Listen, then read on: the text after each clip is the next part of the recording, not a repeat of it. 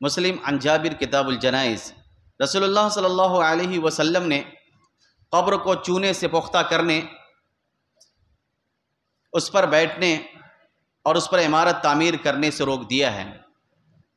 معلوم ہوا کہ اولیاء اللہ اور مشاہیر کی قبروں پر بلند بالا اور نہایت خوبصورت عمارتیں بنانا قومی اور سیاسی لیڈروں کے مرقد کی تعمیر پر لاکھوں روپے ضائع کرنا جائز نہیں ہے۔ سچی بات تو یہ ہے کہ اسلام میں ایسی لغو و فضول خرچی کے لیے کوئی گنجائش نہیں ہے۔